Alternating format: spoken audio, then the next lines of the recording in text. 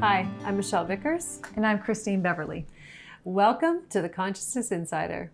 We have our question this week from Willow, and she writes to us, Dear Michelle, I'm writing to ask you how to overcome obstacles in cultivating calm in a hectic life.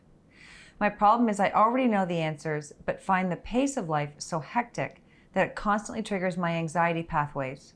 I work as a youth and family therapist in a low-income community and encounter compassion fatigue and many stressors from both angles. The alarming things that happen with clients and communicating with colleagues in a system that often causes much confusion and is partially broken. I don't want to take this home with me anymore. I want to feel and act relaxed and calm in all areas of my life.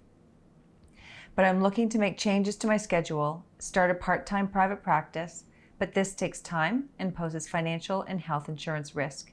Have you any words of wisdom for me? Love, Willow. Hi, Willow. Thank you so much for writing in. It's such a heartfelt, really line of questioning, and it also feels like you're reaching a new level of awareness in your journey just by reaching out and asking for help alone, because you're not typically someone who asks for help. You're the person others go to for help. And what your soul is sharing with me is that, this is a new stage for you and a new experience. So thank you for that. It's a gift that you're giving us, and we don't take that lightly. We deeply respect you, and thank you for that. Thank you. So what your soul also wants you to know right now is that there's a number of reasons why you're feeling more discontent than usual. You're going through this transformation, this change right now where everything feels elevated. The frustration feels elevated. The external experiences coming at you, everything feels stronger right now. And what your soul is saying is, there's reasons for this. And part of your journey here is, this is big, which is kind of cool, is to change how this work is facilitated, but more importantly, through the processes themselves. Did that make sense? I think so. Yeah. So it's basically, I don't know the ins and outs of your job. It feels like you are immersed, and it's really cool. They're showing me, it's like you're so immersed in it. But you've had to follow the rules for so long in how other people do it and how they need you to show up and how you have to show up, because otherwise, it's deemed that it's not going to work if you don't show up that way. And what they're showing me is that part of your job in this life is to change how things work on the inside of the system. And it doesn't necessarily mean from this role that you're in now. I know that your heart is set on a home practice, but I feel like the home practice is to get you out of the cycle of sort of the insanity that feels overwhelming so much. And I feel like, that's really where you're looking to the home practice as your savior. But I also feel like a home practice isn't the right fit for you because it's not going to give you enough challenge. Your energy, you thrive on challenge, and challenge in the sense of, how can I make this better? How can I help this person? And now you need to take your abilities to that next level. And that's where they're showing me it's changing how the process works for all the parties, for yourself and the people who are working in similar positions, but also the people you're helping. Because I see that, those people, they're being served, but they're only being served partially. And it's interesting to me because what they're showing me is you have so many ideas on how they can be served better, more efficiently and more effectively. And it doesn't mean that, it's not necessarily about more financial assistance. A lot of the time it's about better services. And by better what I'm feeling is they're fuller experiences that help people move all the way through instead of just getting them in the door and getting them started. Does that make sense? It does. Yeah. And the other thing that's coming up too right now is Willow was asking about how to feel calm and, and not such a hectic thing. And I remember with me, when I was inside an industry where I was focused on what wasn't working and what was frustrating me, when I understood that there's a bigger picture beyond where I was right now, but that where I was right now was exactly where I needed to be so that I could affect change, so that I could learn what I needed to learn and get paid for it while I'm learning. My perspective shifted on where I was right now because it was part of my bigger picture. And that's what I hear you're saying right now, it seems. Yes, 100%. Yeah. Yes, exactly. You're at that place where you need to go to the next level, but your mind is saying, I need to get away and do it this way, and I want to do it my way. Your instinct is right. You need to do it your way, but you need to go up the ladder rather than out the door. Make sense? It does make sense, yeah. So, and up the ladder doesn't necessarily mean in that same organization, but there needs to be a chain where you're going up. So you're creating the rules instead of following the rules. And even if you went out the door, you would still be doing the same role, but on the side. So it's not the next challenge that you need to go to up the next level. Does that make sense? It does. And so Willow needs to take time to really look at,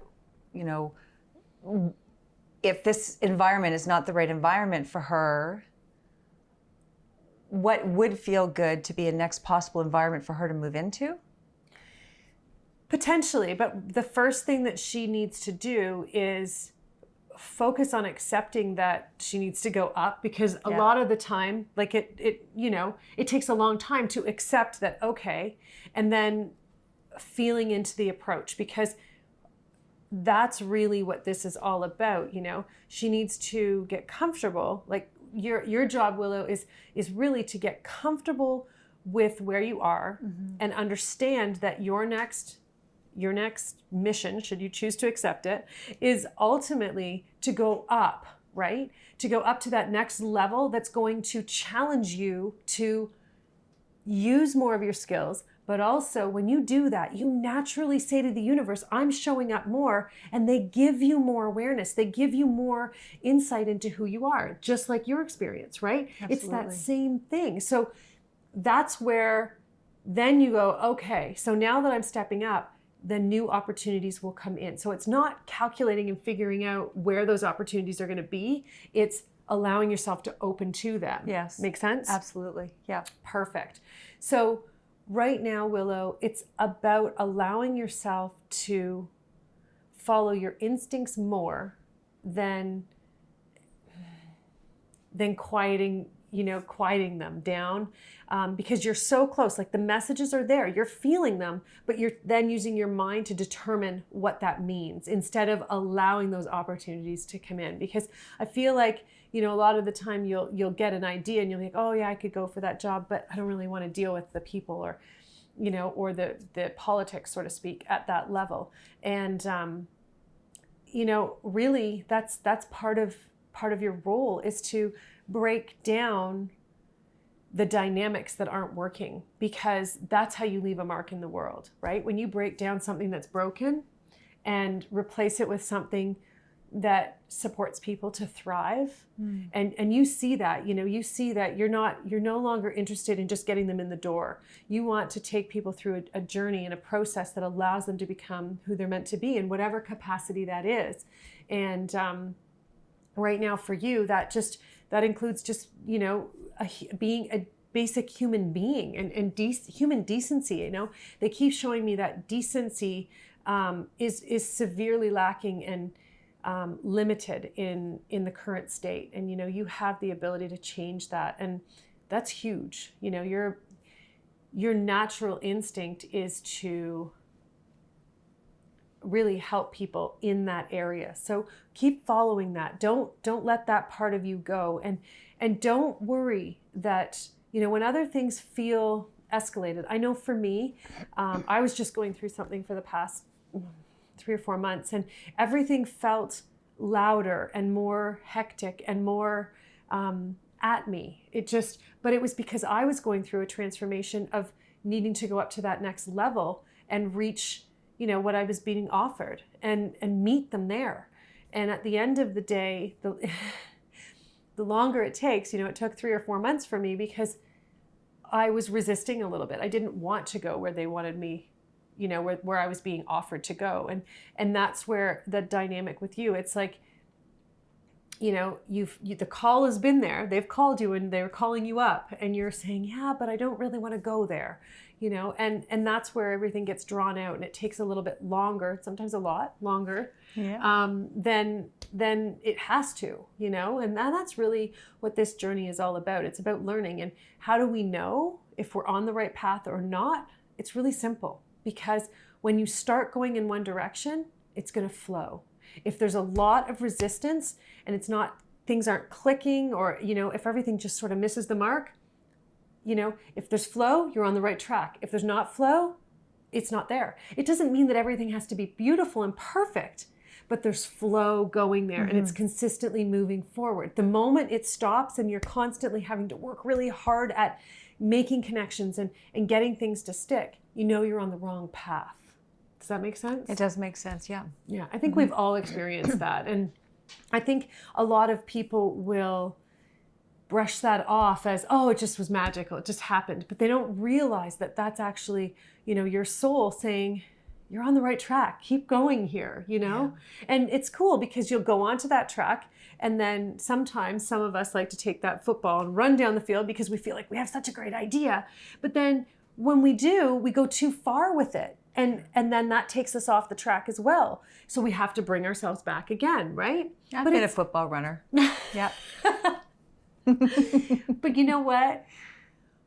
Every single time you take a different track that's not the right one, you're learning something. Every single time. You're learning more about you. You're learning more about your strengths and what is important to you and what is just not worth your time. Every single time. So there's no mistakes, really and truly. There's not a single mistake ever. It's all a learning opportunity.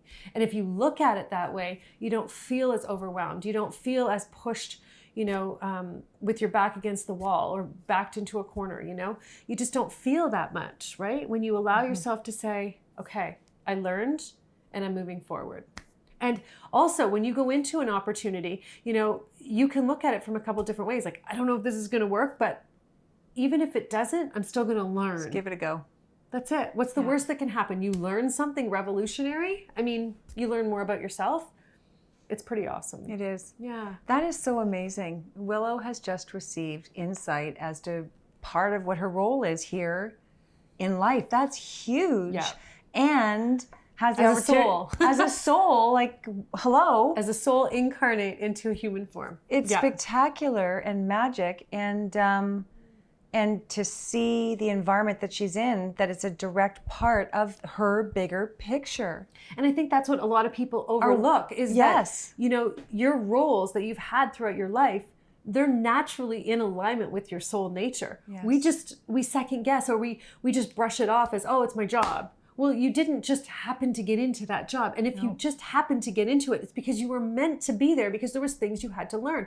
For me, I was in customer service from the time I was 13 years old. So that's 30 years. I've been in customer service. Well, I mean, I'm serving humanity. I'm serving as many people as possible. Yeah. And I had to learn how to do it well on that physical side, right? And I had to have all those trials and tribulations of how not to treat people and, how to ensure that people feel respected. And it's so important. And that's the reality, is we're in our careers for a reason and our jobs for a reason. My part-time job when I was 13 years old, it happened for a reason, and so just remember that. Thank you so, so much for joining us. We really appreciate it. Willow, thank you for asking your questions this week. We enjoyed sharing a little bit of your soul today, and we'll see you all next week. Thank you for joining us. And remember, if you'd like to have a question answered by Michelle, please go to michellevickers.com on the Consciousness Insider page and submit your question. We look forward to hearing from you. And thanks so much again for connecting. Bye now. Bye-bye.